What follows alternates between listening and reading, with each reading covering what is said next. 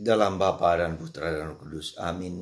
Allah Bapa di surga, kami diingatkan sekali lagi bahwa kami harus mengasah panca indera kami supaya kami dapat mendengarkan kehendak-Mu dalam peristiwa apapun yang kami alami. Entah di dalam diri kami sendiri, di luar diri kami, ataupun Allah bekerja dalam diri kami, dalam keseharian kami, tindakan kami. Terpujilah nama-Mu kini dan sepanjang segala masa. Amin. Saudara, bacaan ini menurut saya bacaan yang cukup dan sangat penting. Karena apa? Karena Yesus mengingatkan kita akan kepekaan kita melihat tanda-tanda zaman. Dahulu kita bisa melihat COVID-19 jutaan orang mati. Kita melihat sekarang perang Ukraina, Rusia, yang merasa terancam oleh NATO. Lalu mereka perbatasan antara Rusia dan Ukraina yang dipersenjatai oleh NATO. Dan sudah setahun lebih tidak selesai. Kita sudah melihat sekarang bagaimana perang Israel dan Hamas yang menyerbu dengan mortir-mortir, dengan roket-roket, juga Hizbullah dan tetangga semua mengancam Israel. Ya. Situasi yang tidak damai dan penuh peperangan inilah yang menggelisahkan paus kita, memprihatinkan paus kita dan pemimpin gereja sedunia. Untuk malam hari ini, jam 3 siang waktu Vatikan, jam 1 siang waktu Vatikan, jam 11 malam waktu Indonesia bagian Barat. Kita diajak untuk berdoa, untuk bermati raga, untuk berjaga selama 1 jam, untuk perdamaian dunia. Saya berharap Anda meluangkan waktu sehari 1 jam saja pada hari ini, bukan pada hari yang lain, seperti diminta paus. Entah secara pribadi, keluarga, bahkan baiklah keluarga, jam 11, jam 10, jam 11, berdoa terus menerus. Entah doa rosario, 4 peristiwa, entah baca kitab suci, entah sharing, dan segala macam. Isilah waktu-waktu itu untuk berdoa bagi perdamaian dunia. Itu tanda-tanda zaman. Nah, satu hal yang saya mohon supaya kita semua menginisiatif berbagai macam bentuk. Entah bersama-sama atau di gua atau di keluarga, bapak, ibu, anak, untuk bersama paus dan bersama umat sedunia meluangkan waktu bagi perdamaian dunia. Itu yang pertama. Yang kedua, saya melihat bahwa bagaimana supaya kita peka dan tajam. Peka dan tajam itu berarti bahwa kita harus melatih kelima panca indera kita. Ya, pendengaran. Kita mendengarkan suara burung, suara apapun juga.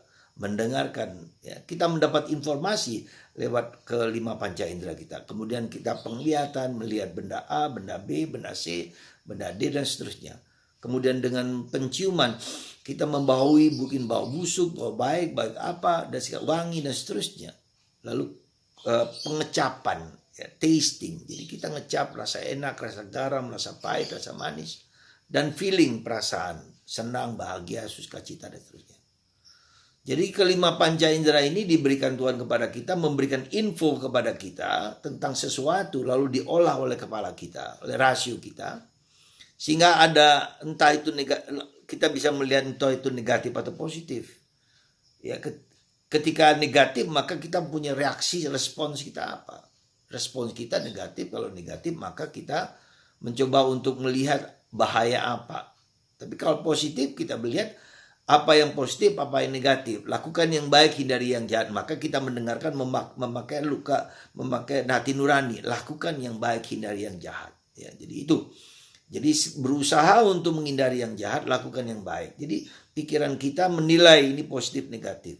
Ya, lalu kita melakukan kira-kira apa yang bisa kita lakukan untuk menjawab yang negatif dan yang positif secara benar. Nah, disitulah proses internalisasi, proses discernment, proses membeda-bedakan itu yang terjadi. Nah, jadi yang paling penting akhirnya adalah pada mulanya adalah mendapatkan informasi lewat panca indera kita itu. Nah, supaya panca indera kita lama-lama menjadi peka dan tajam, ada berbagai macam sarana dan alat supaya kita semakin peka. Jadi bagaimana penglihatan kita menjadi peka, tidak hanya melihat apa yang di luar, tapi juga apa yang di dalam. Nah, situlah kita lihat panca indera batin.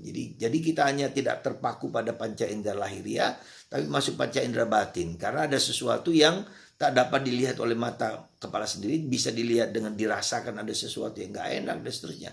Nah, untuk menciptakan kedua eksternal dan internal inilah, maka kita butuh apa? Butuh membaca. Ya, kita membaca, mencari informasi, kita merenung, kita juga membaca dan merenungkan, ya, merefleksikan itu semua. Ketiga, ada perlu juga di situ adalah aspek apa? Aspek yang disebut dengan puasa dan mati raga. Ya. Kita tidak bisa mengikuti semua dorongan nafsu-nafsu kita. Ya, manusia itu juga punya nafsu yang baik dan tidak baik. Nah, di situ kita dengan puasa, dengan menjaga, menahan diri, itu kita menjadi PK. Dorongan batin kita itu bisa baik, bisa buruk. Disitulah butuh kepekaan yang kita sebut dengan, untuk supaya tajam bisa melihat bahwa ini baik dan tidak baik, maka apa yang harus kita lakukan? Itu dengan puasa, dengan mati raga, tidak serta-merta mengikuti keinginan nafsu daging kita, daging ini, dan seterusnya.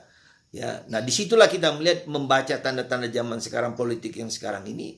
Jadi ketika orang diam-diam, ternyata dengan menjawab 1-2 kata, ternyata ada seperti ular, kepalanya kelihatan tapi buntutnya itu juga kelihatan, menjadi tidak kelihatan. Nah sekarang kita bisa melihat, ketika melihat orang yang nampaknya baik, tetapi ternyata di belakangnya ada buntut ular itu yang bergoyang-goyang, entah itu duit, entah itu kekuasaan, entah itu kesenangan, entah itu apa yang nampaknya baik. Nah maka dibutuhkan ketika kita belajar berdoa. Jadi ada tiga bagian yang penting: berdoa, selalu menghadap kepada, menyerahkan segalanya kepada Tuhan, berdialog dengan Tuhan, membaca kitab suci dan seterusnya. Lalu yang kedua adalah dengan bersedekah, ya, memurah hati pada orang lain. Dan yang ketiga adalah dengan berpuasa, menjaga mata, pikiran, hati, seluruh diri kita dan nafsu-nafsu kita, supaya kita tidak jatuh ke dalam hal-hal tersebut. Yang negatif itu bisa negatif, bisa positif. Yang nampaknya semua bagus, indah, mulia, ya, tapi ternyata dia juga punya kepentingan pribadi yang tidak bisa kita lihat sampai sekarang, karena memang tidak pernah disampaikan. Jadi untuk membaca tanda-tanda zaman dan situasi-situasi seperti ini, kita butuh, saya kira yang zaman sekarang kita butuhkan itu adalah askese, ya, puasa, mati raga, ya, tidak mengumbar nafsu. Ketika mengumbar nafsu mulai kelihatan, tapi ketika orang dengan tenang, dengan diam, ya, orang mulai membaca, bukan hanya yang di luar, tapi yang di batin. Jadi problem besar dalam kehidupan kita sekarang ini adalah bukan apa yang nampak di luar, tapi apa yang ada di dalam. Yang kita tidak tahu, yang dibalik dengan ego-ego masing-masing, ya, motivasi masing-masing yang tidak nampak dan orang dan bisa bersembunyi di balik itu semua. Maka mari saudaraku, kita mohon rahmat dan kasih.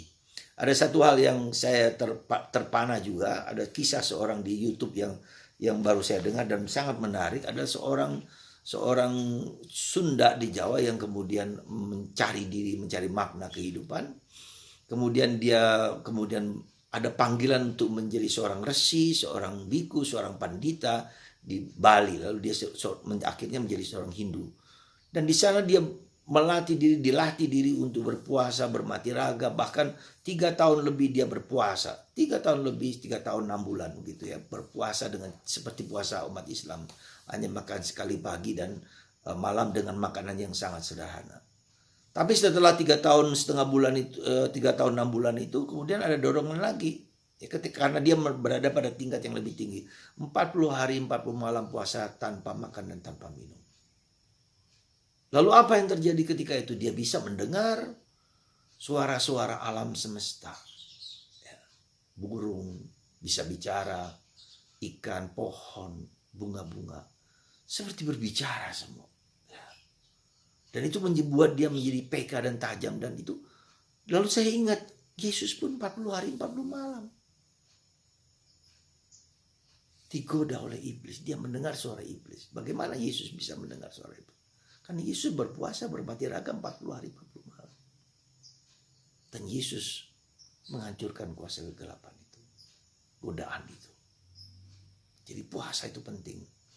Mungkin kita mohon rahmat supaya kita bisa berpuasa seperti yang Tuhan kehendaki. Tuhan memberkati Anda semua dan kita semua supaya kita pada hari ini berpuasa dan berdoa dan mengizinkan Tuhan bekerja seperti yang Dia kehendaki, perdamaian dunia. Bapa, Putra, dan Roh Kudus. Amin.